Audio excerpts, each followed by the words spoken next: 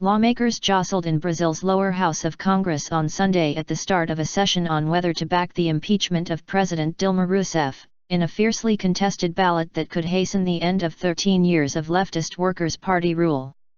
The political crisis in Brazil, which comes amid its worst recession since the 1930s, has deeply divided the South American country and sparked a bitter contest between Rousseff and Vice President Michel Temer, who would take over if she is dismissed. As the tumultuous session began in Congress, lawmakers from both sides yelled slogans and some rivals shoved each other on their way into the chamber. Scuffles broke out in front of the Speaker's podium as pro-impeachment legislators waved flags saying "Goodbye, dear." In expectation of the vote, which is expected to run late into Sunday evening, hundreds of thousands of protesters, both for and against, took to the streets of major cities across the country. Rousseff, who was seen out on her habitual morning cycle on Sunday, returned to her residence to lead last-minute deal-making talks along with her charismatic predecessor, Luiz Inácio Lula da Silva. Some party insiders said the tide was turning and that Rousseff and Lula had persuaded enough wavering lawmakers to vote in their favor or abstain. "Our latest calculations are that we have the votes to block impeachment," José Camariz, the Workers' Party leader in the lower house, told reporters inside Congress.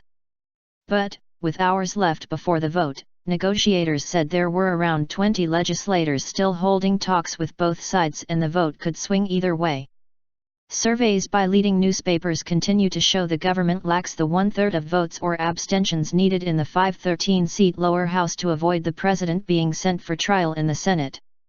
Opposition forces believe that once voting starts, the momentum will be with them to easily surpass the 342 votes needed to push forward with impeachment. Protesters gather. Pro- and anti-impeachment protesters gathered in various parts of the capital to make their way to the grassy esplanade in front of Congress. There a 2-meter, 6.5-foot, high wall has been erected stretching for more than 1 kilometer, 0.6 of a mile, to separate both sides, a symbol of the stark political divide in one of the world's most unequal societies.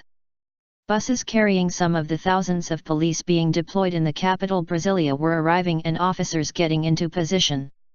Further protests are expected in São Paulo and Rio de Janeiro. Polls suggest more than 60% of Brazil's 200 million people support impeaching Rousseff, whose inner circle has been tainted by a vast corruption scandal at state oil company Petrobras, PETR4.SA. The Workers' Party, however, still musters strong support among millions of working-class Brazilians, who credit its welfare programs with pulling their families out of poverty during the last decade.